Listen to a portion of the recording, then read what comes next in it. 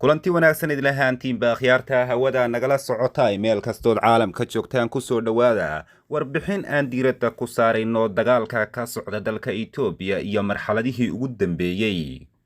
dagaalka ka socda dalka Itoobiya ee u dhexeeya dowladda federaalka ah iyo jabhadda Tigreega ee TPLF ayaa si weyn dib ugu bilowday toddobaadkan isaga oo marba marka kasii danbaysa marxalad cusub u sii gudbaya.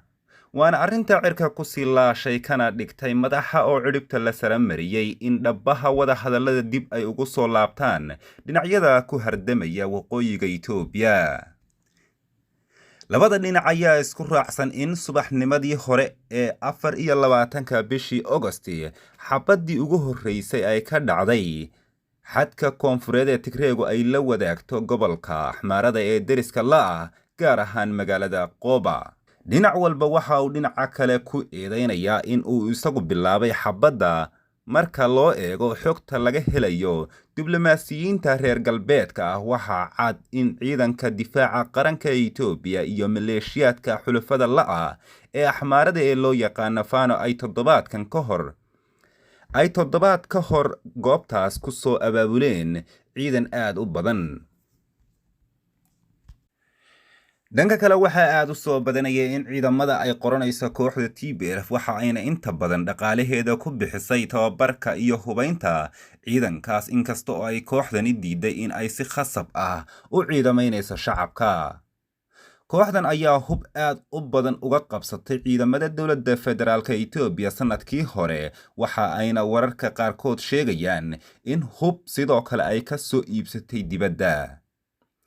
xiisadda ayaa in muddo ahba isa soo taraysay, hase yeeshee dhowr toddobaad ka hor waxaa muuqanaysay rajo ah in wada hadallo nabadeed ay dhowaan furmi karaan. ra-iisul wasaare Abiy Ahmed ayaa ku-xigeenkiisa Damaka Makanoon u xil saaray in uu madax u noqdo guddiga nabadeynta, kaas oo shaqadiisu ay bilaabanaysay bishii 7 ee sanadkan. wararka qaarkood ayaa sheegaya in xilli sii horreysay uu Abiy Ahmed saraakiil sarsare u diray si ay ula kulmaan kooxda TPLF. kulamadii ka dhacay Seychelles iyo Djibouti ayaa u muuqday in lagu heshiiyey in ay ciidamada Itoobiya ay go'doominta ka qaadaan gobolka Tigreega iyo in ciidamada Eritrea ay kala baxdo gobolkaas ciidamadoodaasi taageerayay Itoobiya, iyo in labada dhinacba ay wada hadal buuxa ka furaan caasimadda dalka Kenya ee Nairobi, isla markaana uu martigeliyo madaxweynaha Kenya Uhuru Kenyatta laguna dhawaaqa xabad joojin waarta. daaha gadaashiisa waxaa olole xoogan ka waday dowladda Mareykanka oo si weyn u taageeraysay wada hadalladan iyada oo kala shaqaynaysay dowladda Kenya. ergeyga gaarka ah ee Mareykanka u qaabilsan geeska Afrika Meg Hammer iyo ergo ka socota midowda Yurub iyo qaramada midoobay oo dhowaan booqday caasimadda Tigreega Maqale ayaa soo jeediyey in si degdeg ah gobolka Tigreega dib loogu soo celiyo korontada, isgaarsiinta, bangiyada iyo adeegyada kale ee asaasiga ah, iyo in loo ogolaado in la gaarsiiyo gargaarka bini'aadanimada oo aan xadidnayn.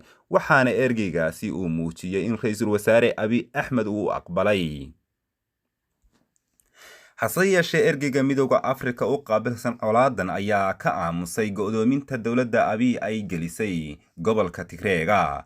mar uu la hadlayay ergada booqashada ku tagtay Maqale ayaa Obasanjo waxa uu ku adkaystay in isagu uu yahay dhexdhexaadiyaha keliya ee ku jira xalinta colaadan. waxa uu ka yaabiyey ergada markii uu soo jeediyey in wada hadallada nabadda lagu daro ama lagu martiqaado dalka Eritrea oo xulufada la yihiin dowladda Itoobiya. kooxda TPLF ayaa xukuumadda Itoobiya ku eedeynaysa inay ka baxday ballantii ay qaaday. dowladda Itoobiya marna ma qirayso in wax shirar ah ay dhex mareen iyada iyo fallaagada TPLF. wakiilada caalamka ayaa sidoo kale ka aamusan sababta dhabta ah ee wada hadalladan ay u burbureen. intii lagu jiray bilihii July iyo August waxaa xukuumadda Addis Ababa waxay si weyn u xanibtay adeegyada muhiimka ah ee gobolka Tigreega. waxa ayna ogolaatay oo keliya cunto, daawo iyo daawooyinka lagu bacrimiyo dalagga beeraha. dhanka kale kooxda TPLF ayaan la dhacsanayn ammaanta caalamiga ah ee loo soo jeediyey 5 bilood ee ay dhaqan gashay xabad joojintii bini'aadanimada taas oo u ogolaatay hay'adda cuntada adduunka ee WFP inay dib uga howlgasho gobolka Tigreega inkasta oo hawshaasi ay ahaayeen kuwo xadidan. waxa ay ku doodeen in xanibaadda ay Addis Ababa ku hayso gobolkaasi ay la mid tahay in gaajada loo adeegsado hub la isticmaalo xilliyada dagaalka iyo in howlgallada gargaarku ay yihiin kuwo aan ku filayn. hogaamiyaha kooxda TPLF ayaa bilowgii dagaalka warqad furan oo uu u diray hogaamiyayaasha caalamka ayaa u sheegay in ay ku socdaan waddo aysan ka baaqsanaynin dhimashada isaga oo ula jeeday inay u dhaxeeyaan dhagax iyo meel adag kadib markii lagala wareegay inta badan magaalooyinkii waaweynaa kana soo xidhmeen albaabadii nabadda ee uu sahayday qoriga caaradiisu. ciidamada cirka Itoobiya ayaa toddobaadkii hore duqeymo ka geystay magaalada Maqale waxa ayna duqeeyeen goobo lagu xanaaneeyo carruurta halkaas oo ay ku dhinteen 7 qof. dowladda Itoobiya ayaa beenisay dhinaceeda sheegashadaas ah in ay bartilmaamsadeen xarun lagu xanaaneeyo carruurta waxa ayna ku adkaysanaysaa inay bartilmaamsadeen goobo lagu tababaro ciidanka. duqeyn labaad ayaa laga soo sheegayaa gudaha magaalada Maqala habeennimadii Talaadada. sidoo kale maanta afayeenka u hadlay kooxda TPLF Getachew Reda ayaa sheegay in ay jihooyin fara badan ka soo weerareen ciidamada militariga Ethiopia iyo kuwa dowladda Eritrea kuwaas oo u soo dhaqaaqay magaalooyinka waaweyn ee waqooyiga dalkaasi.